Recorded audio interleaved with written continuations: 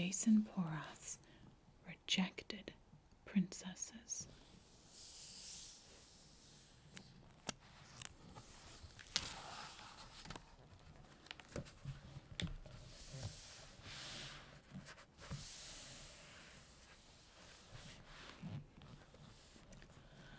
Our next story is about a woman named Wilma Rudolph. She lived 1940 to 1994 in the United States. The Olympic runner who beat polio. If anyone ever had the cards stacked against them, it was Wilma Rudolph. Born in the segregated southern United States, Wilma was the 20th of her father's 22 children. With her parents' annual income never topping $2,500, she lived in utter poverty her entire childhood. She made dresses out of cloth sacks, used candles and outhouses in place of electric lights and plumbing, and had to take a Greyhound bus where she was forced to sit in the back 50 miles to the nearest hospital. It was a trip she had to take often. Before the age of 7, she had contracted scarlet fever, measles, mumps, whooping cough, pneumonia twice, and worst of all, polio. The disease took away her ability to walk, forced her to miss her entire kindergarten year and much of first grade, left her in leg braces until the age of 11, and instilled in her deep-seated feelings of inadequacy. Consider how unlikely it was then that by the age of 20, this little girl would become a 3-time Olympic gold medal winner, after becoming an unwed teen mother. But it happened. For all the setbacks life handed her, Wilma had one key strength: her family. After Wilma's disabling bout with polio, her family took turns massaging her legs until she could walk again. When she started running competitively, they cheered her on, and gradually she became so good that scouts took notice. When she became pregnant, the father, her high school sweetheart, initially took no responsibility. The family kept it secret, and her sister, Yvonne, would raise the baby so that Wilma could focus on her athletics. Wilma competed in both the Melbourne, 1956, and Rome, 1960 Olympics. Prior to Melbourne, she didn't even know what the Olympics were. She'd never been on an airplane, let alone traveled out of the country. Although she didn't take home any gold medals, she did return with a fervent desire to win. 4 years later, when she did, taking gold for the 100-meter dash, 200-meter dash, and 4x100-meter relay. The reactions of her victories was overwhelming. Not only was Wilma the first American woman to ever win 3 gold medals in track and field, but she'd also beaten the Russians at the height of the Cold War, establishing herself as one of the first famous black female athletes in the world. She met President John F. Kennedy, Vice President Lyndon B. Johnson, and the Pope. Starred in newsreels sent around the country and even appeared on Ed Sullivan's variety show. There was also a TV movie of her life story starring Cicely Tyson and a young Denzel Washington. Wilma quickly used her newfound fame for good. When her hometown of Clarksville, Tennessee, put on a parade for her return, she made her attendance contingent on the parade being integrated. This condition put her in direct conflict with the governor, who'd run on a strict segregationist platform. But in the end, Wilma prevailed. It was not all celebration thereafter, though. Wilma's track and field teammates, feeling slighted, eventually turned on her. Before one banquet, they hid her hair care products, so she had to appear without her hair done. Later, they intentionally threw a relay match in Britain, running slower than they could, only to see Wilma pour on the speed in the last leg and narrowly eke out a win. Gradually, feeling that her peers saw her as a rival or a threat, she retired from running, reunited with her high school sweetheart, and settled down. Her post-Olympics life was one of setbacks and disappointment. She'd won her medals in the era before sponsorships for athletes, and without a lot of knowledge of the world of entertainment and agents, Wilma had no idea how to parlay her victories into other opportunities. She moved her family around often and worked a series of menial jobs.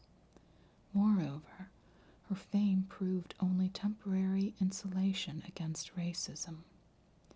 A white man spit on her children the same day that Martin Luther King Jr.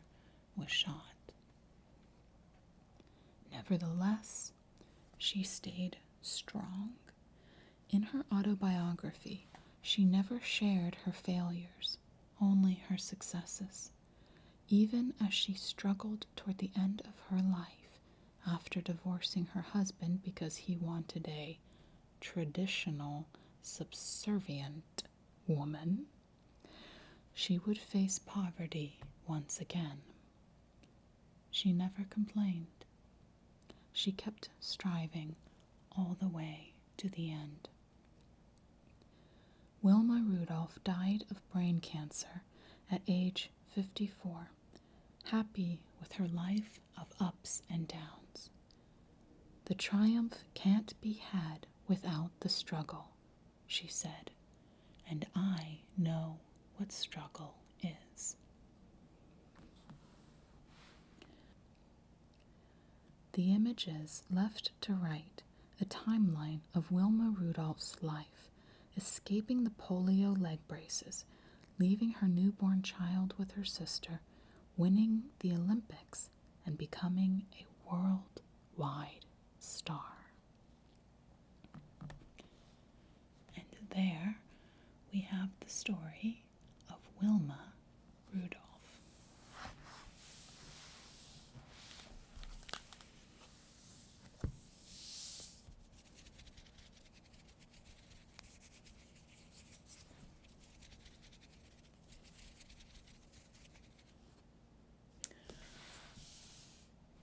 I'm pretty excited about this next story.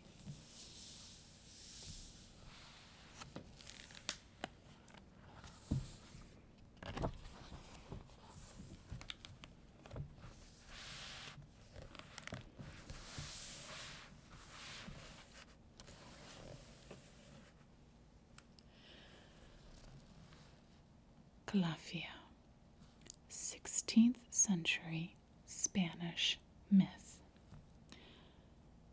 Griffin riding Muslim queen of California. Pop quiz. California was named after A. John Gideon, California, a 15th century pilgrim who founded an orphanage for gay socialist orphans? B. A Native American word meaning unaffordable rent? Or C. A griffin-riding Muslim warrior queen from an island of black Amazons? The correct answer is C. Meet Calafia, Queen of California. I'm going to reiterate too, if I mispronounce names, I apologize. Feel free to correct me. I did look them up to the best of my ability. Calafia is introduced at the tail end of The Labors of the Very Brave Knight Esplandian, an adventure novel that was the Harry Potter and the Chamber of Secrets of 1500s Spain. In it, the titular Esplandian, a capital C Christian warrior, ventures across the world in a fire-breathing serpent boat, fighting the pagan, red Muslim, menace. This leads to a climactic battle at Constantinople that draws out all of the greatest warriors of the Muslim world, including Calafia. Calafia was from the island of California, a gold-rich nation described as being somewhere near the Indies. There's a note here. This is the source of modern California's name. People kept searching for this mythical golden land. Even the name ties into the Islamic roots. Caliph, Ornia. Get it?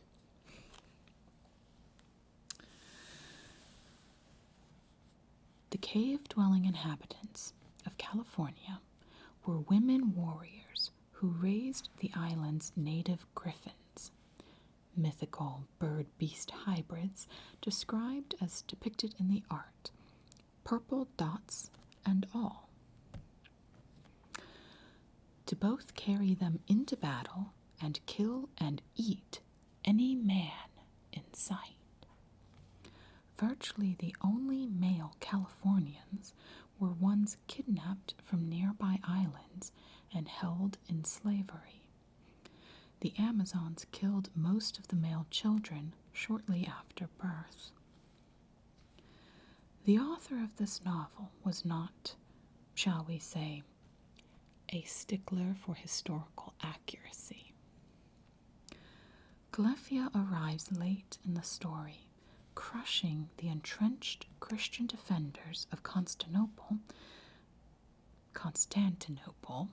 there's an extra syllable in there, by having her aerial forces gift them with impromptu skydiving lessons. This quickly turns into a comedy of errors once the Muslim ground troops subsequently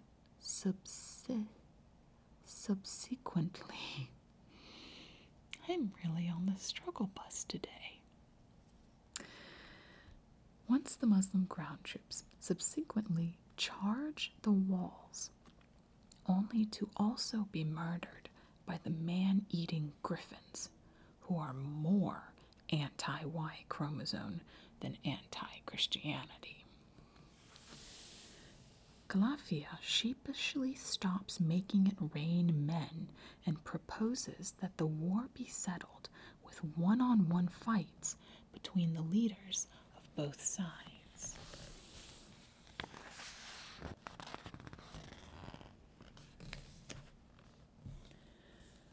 From there, the story dissolves into god-awful fan fiction. Calafia's messenger returns, going on at nauseating length about Esplandian's stunning good looks, which leads Calafia to meet him in person so she can go on about it herself. Calafia acquits herself fairly well in one-on-one combat, but is defeated. Then she sits around waiting for Esplendian to marry her.